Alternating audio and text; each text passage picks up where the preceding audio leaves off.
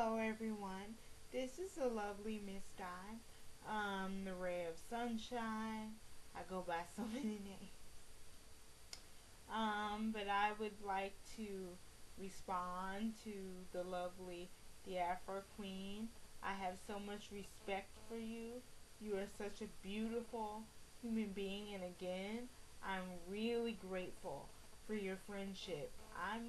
Since this is a topic about black beauty, I'm going to address where I have come from in my ideas about my own appearance, which I did say that I'm happy now regarding my appearance, but I don't remember if I addressed where I came from in terms of embracing what I look like. And I have several people to thank for that. But first, I'd like to recognize a few beautiful black ladies that I have had the honor and the privilege of coming in contact with through this wonderful medium. First and foremost, the lovely AfroQueen again. Sharon 326, she's locked up, and of course my as of right now, long standing friend, Art of Treasury 111. Very beautiful, very talented, very caring and loving young lady. Again, I really feel privileged to be her friend. There are so many beautiful young women that I did not recognize, but my heart goes out to all of you. Just keep shining as you do. Afro Queen, I'm here at your disposal for any length of time that you need to discuss any medical issues or emotional issues that you're going through. We're a community of one, and as you've been there for me, I'm here to be my sister's keeper. So don't hesitate to contact me, and that goes for any of my subscribers or any of my close friends on YouTube. I love you all very much. As I said in my last video, I hope that I'm not repeating myself, but there was a point where I used to be very unhappy with my physical appearance, and as some of you might suspect, it some of you would tend to think, because I'm a darker hued black woman, that it was attributed to complexion. No, it was not attributed to complexion, size of my nose, or lips, which I really think are beautiful, by the way. It was attributed to the fact that I had problems with skincare. I did not know what to do with my hair, etc.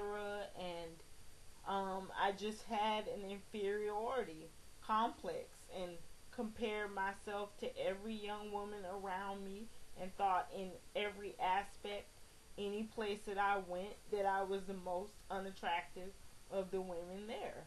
Not because of any feature or hue, just feeling less than the other people. But I've overcome that, and not to say that my self-esteem and self-confidence doesn't fluctuate, but it's a lot better than what it was. This article that the Afro Queen is referencing really does open eyes to the opinions that are out there about our community, and I'd just like to say that I hope no one falls for the okey doke and the propaganda, because that's designed to make us feel less than what we are. We are a very beautiful culture, but in some respects I think we do undermine our beauty to try to assimilate into a culture that is the dominant culture as of right now. But they only dominate and wish to dominate because they fear annihilation. And the most dangerous thing is a beautiful, intelligent black woman or black man to the white power structure. So anything that can be said or done, modern day lynching, perpetual imagery, anything out there that can undermine who we are as a people, it will be pumped out through mass media, through any type of other medium where it would promote the destruction and ultimate annihilation of what we represent as a strong community.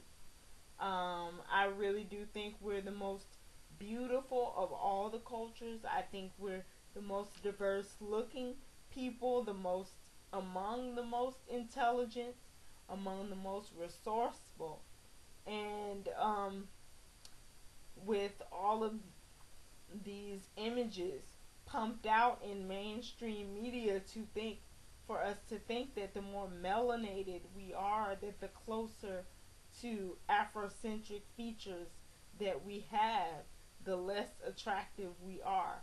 And just for myself, I do have very dominant Afrocentric features. However, I'm not the most Afrocentric looking black young lady in the world. And even if I were, I would still be a very, very attractive person. But because I have a big nose, which is not an insecurity for me, I think I have a nose that fits my face and looks attractive. There are some people who would consider me unattractive and masculine looking because I have a wide nose. But I do not buy into that, and I don't want anyone else who looks like me or more or whose features are more pronounced than mine to feel as though they're unattractive.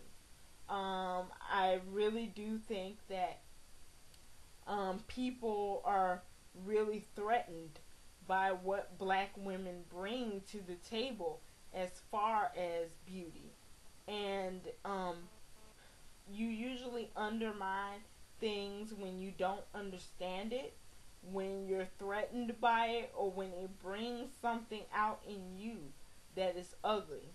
So that is their way of saying we're afraid, by calling us ugly, by saying we're undesirable when we clearly are, because it seems like the most light in terms of what's attractive and what's unattractive is clearly shining on us.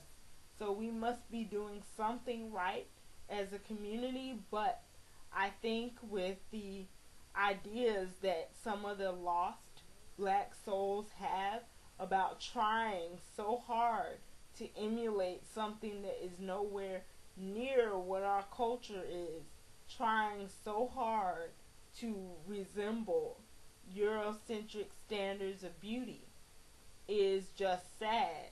I know that there's many many ends of the totem pole to which black people look, but there is not just one type of beauty.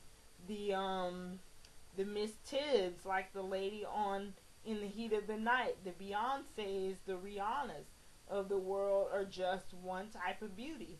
There are the Elect Wex, the Grace Jones, the Beverly Johnsons of the world, the Erica Alexanders, the Jill Marie Jones of the world, and she has extremely pronounced Afrocentric features, but she's a lovely looking young lady. I gave examples of celebrities not just because I wanted to put them on a pedestal, but just examples of people that may be recognizable figures that you can identify as beautiful individuals. And there are more that I did not mention, but it's just to say that please don't succumb to that idea that we're not attractive because surveys pop up all the time.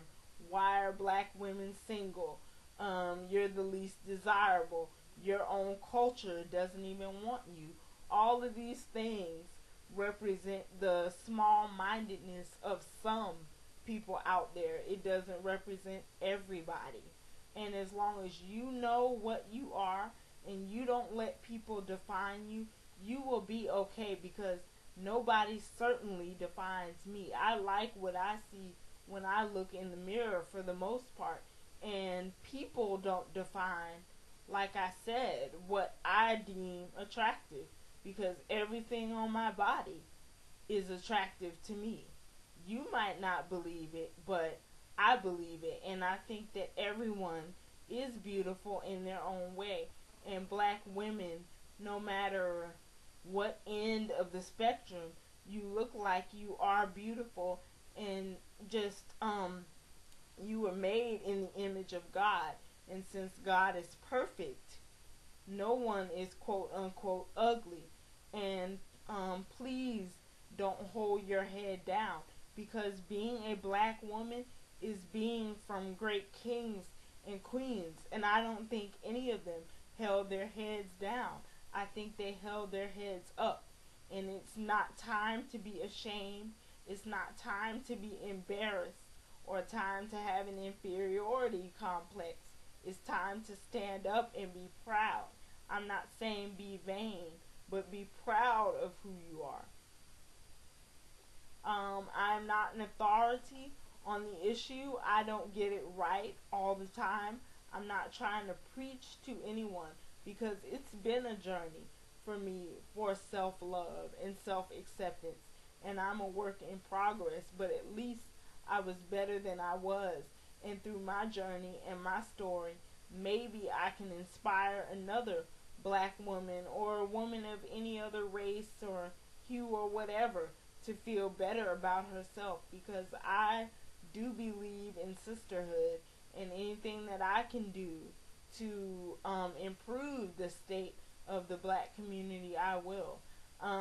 It's not supposed to be just centered on me. I am concerned about the future and the welfare of the black community, but since I am part of the black community, I can't be passive about it. I have to be active. And I'm here at anyone's disposal if they need to discuss any issues. And I'm so glad that the lovely AfroQueen brought up this issue. You're a wonderful lady. I really do enjoy your videos and love you very much, as I do everyone else. Bye bye.